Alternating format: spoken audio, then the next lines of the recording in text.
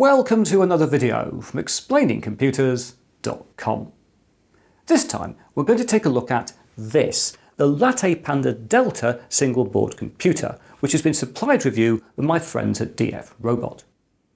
Now, the LattePanda Delta is an x86 based single board computer. It's got an Intel processor and it can therefore run Windows and mainstream x86 based Linux distributions. And if you're thinking, Chris, we've seen a box and a board that looks like this before on the channel, you're right, because the LattePanda Delta has got the same form factor as the LattePanda Alpha, which I first reviewed here about a year ago. But the LattePanda Delta is new and it's got a lower specification than the LattePanda Alpha, and it could therefore sell for half the price. So I'm very interested to check out this board, so let's go and take a closer look.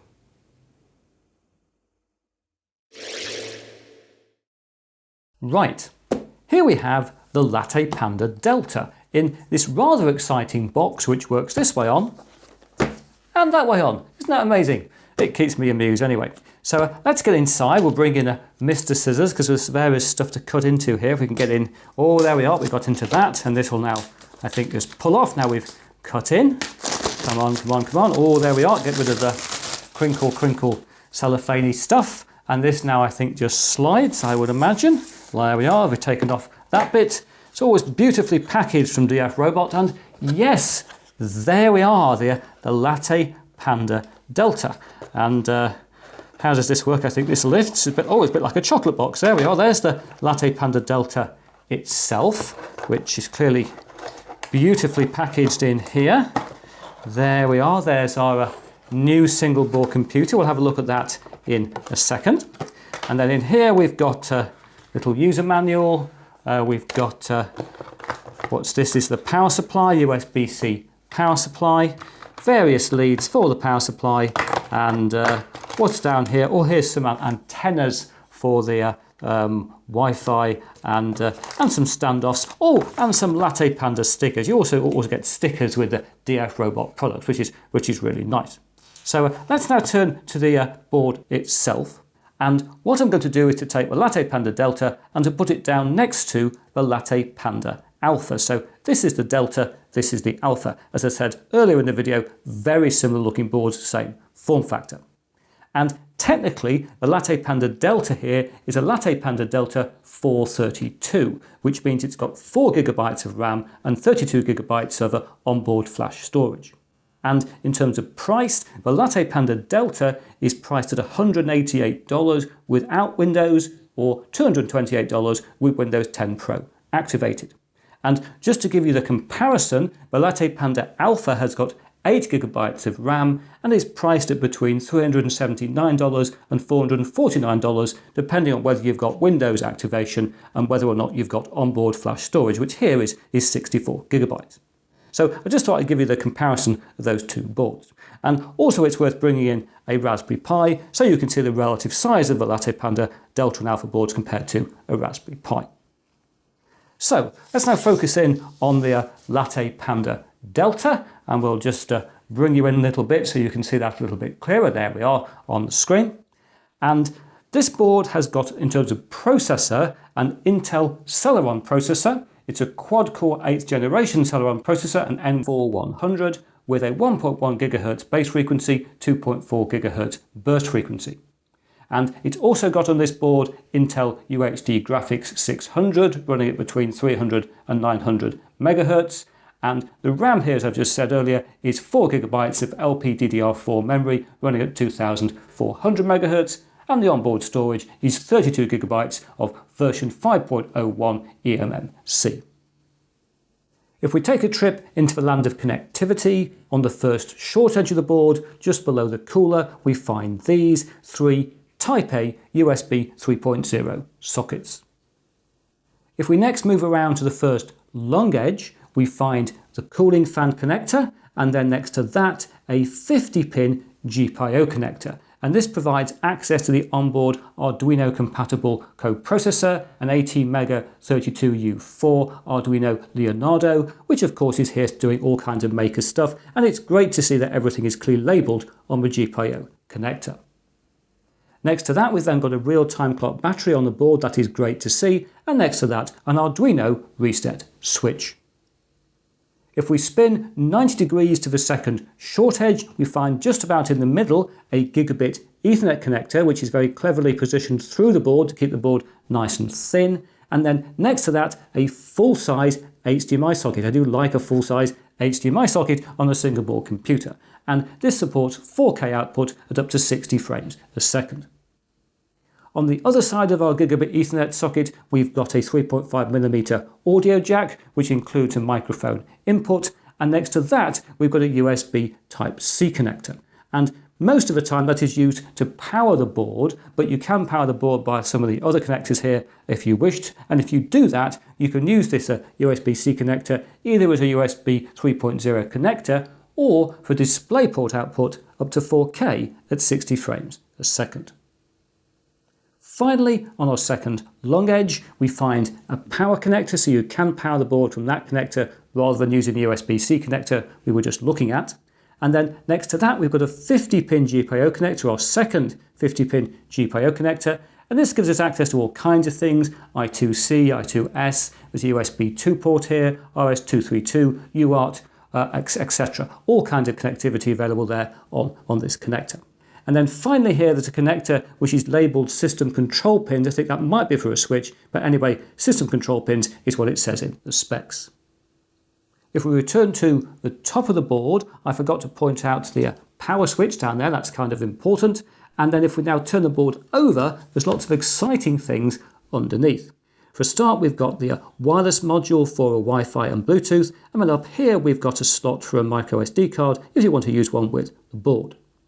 We've also, at the top here, got an EDP connector and a touch panel connector, so you can connect to LCD display up here, up to 4K, up to 60 frames a second. And then finally here, perhaps most excitingly, we've got two M.2 connectors. And this one here is M-keyed. This is a PCIe ×2. This supports an NVMe SSD. And it is worth pointing out here on the LattePanda Delta, you can only use an NVMe SSD, whereas on the LattePanda Alpha, you can use an NVMe SSD or a SATA SSD. So make sure you only use an NVMe SSD with this board. And then the other M.2 slot, this supports all kinds of things. It's also PCIe ×2. It supports USB 2, UART, various things you can plug in there. But we've got clearly massive connectivity on this board. So there we are. This is the LattePanda Delta, a very capable, very well specified Intel-based single board computer.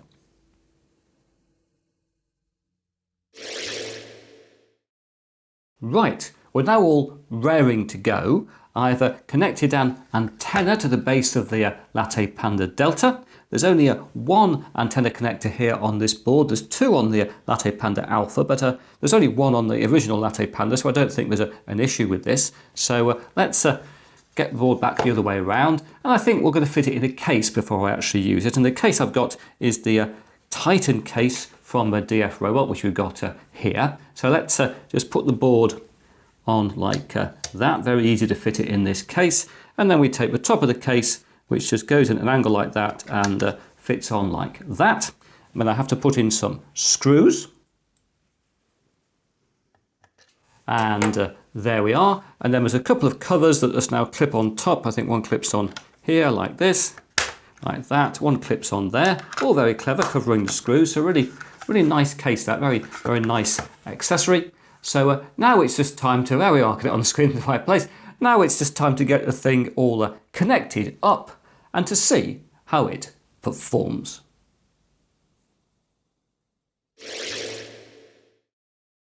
So here we are booting into Windows 10 on the LattePanda Delta.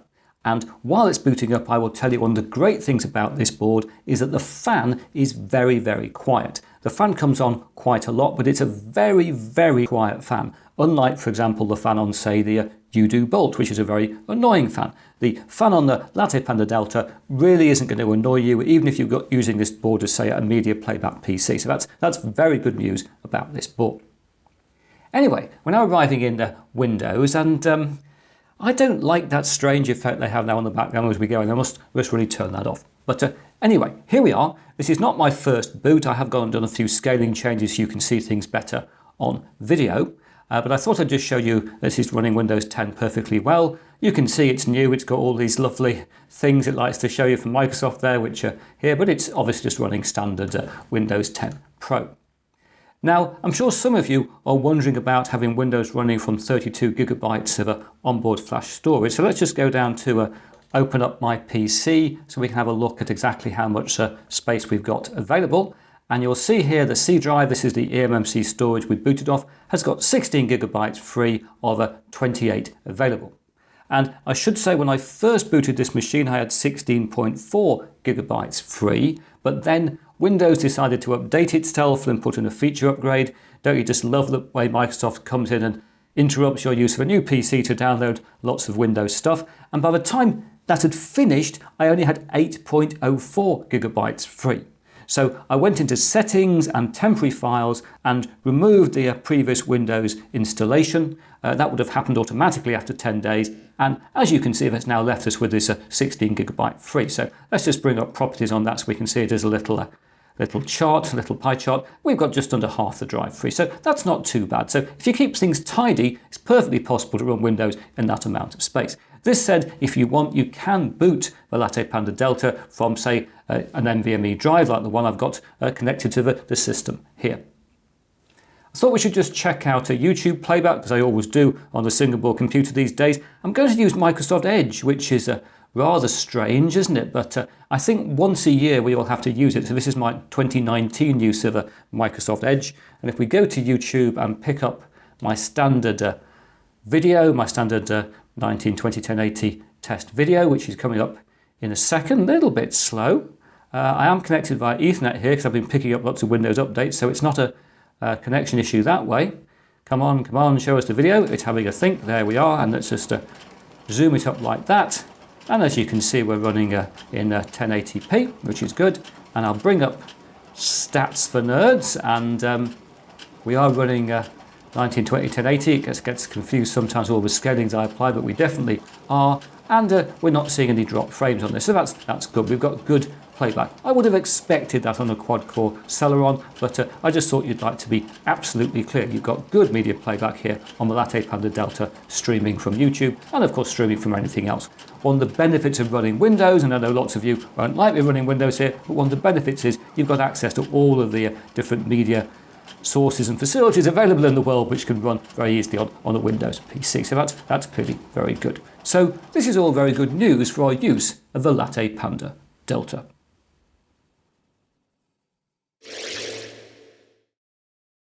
Greetings! Here I am back again. I thought we'd run a few performance tests, and first of all, as you've probably seen here, I've installed CrystalDiskMark, so I thought we would just test out the speed of both the eMMC flash, the C drive here, and also the connected NVMe drive. So we'll start with the internal eMMC.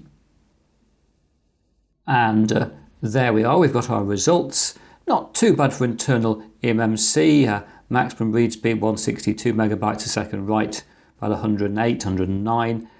Admittedly nowhere near the speed of say a SATA drive, but for an internal eMMC flash module that's not too bad.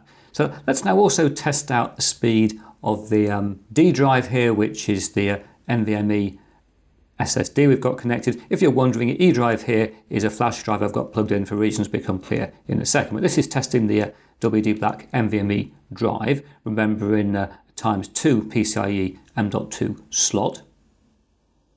And there we are, clearly massively higher results than we had for the internal eMMC from the M.2 NVMe drive, about 900 megabytes a second read, about 714 write, but also a lot slower than the drive can actually do. The drive here, this WD Black NVMe SSD we're using, I've actually shown in other videos, can go up to about 3,600 megabytes a second read. So we don't get that sort of performance here. So it's always worth remembering that M.2 drive performance depends on the hardware it's plugged into. And this is not bad performance, but it's not what we'd see on a more powerful computer.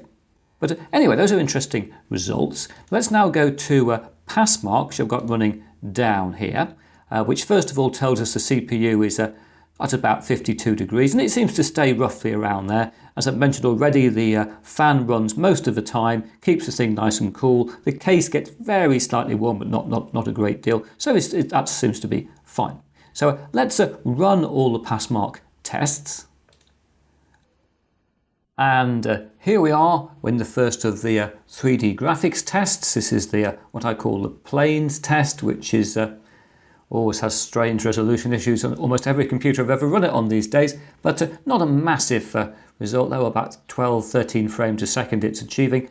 I do always have to keep remembering here that we're always slightly unfair, I think, when we look at x86 based single board computers versus ARM based single board computers, because we tend to compare the x86 based single board computers against normal PCs, whereas we don't do that when we're comparing ARM boards against other things. And here we are in the test where we spin around the lovely sort of floating islands, which clearly is a real test for onboard graphics on a Celeron chip. It's getting about 2 frames a second, but it is trying, isn't it? I'm willing on the LattePanda Delta here. It is giving us some nice things to look at, if just with a slightly staccato frame rate. And now here we are with the floating jellyfish in space test. You know life is going all right in a particular day when you get to see the floating jellyfish in space test. Here doing about 7 to 8 frames a second. And finally for 3D graphics we're in, I think, the DirectX 12 test, which is out into outer space with all these ships, gathering about 3 frames a second here. I am being cruel to this board to even run this, aren't I? But at least it gives us an idea. If you're thinking, are you going to be gaming on a LattePanda Delta? Well, you might play Solitaire and a few other smaller games, older games you could well play, but you won't be playing any of the current major titles on the LattePanda Delta. And there we are, it's finished. We've got a final PassMark score of 1031.7 for the LattePanda Delta. It has survived all of those tests, which is pretty good. We won't actually submit the baseline right now, but we can see the elements of it here. Clearly its graphics scores are not what we'd find on the much larger PCs, but they're not too bad. Let's just go OK to that. And if we just go to a baseline, and I've got some, where are we? There we are, view up there, and we'll, I know what I'm doing honestly, and we'll view against a loaded baseline. So that's what we want to do, isn't it? There we are. So we've now got here the LattePanda Delta at the bottom, and above it is the LattePanda Alpha. This was the first generation LattePanda Alpha based on the 7th generation Intel chips, not the current one based on the 8th generation Intel chips. But you can see that the LattePanda Delta is delivering about half the performance of the LattePanda Alpha. And we've also got here the Ryzen 3 PC with its internal graphics I built earlier this year. It's giving us about just under a third the performance of that. And I've also got an i7 here, 6700T, I built quite a while back with, again, onboard graphics. It's got about a quarter of the performance of that. So, as I said a few minutes ago, we're a bit unfair because we compare a single board computer like LattePanda Delta with other far more powerful machines, but it is interesting to see that for half the money you get about half the performance with the LattePanda Delta compared to the LattePanda Alpha.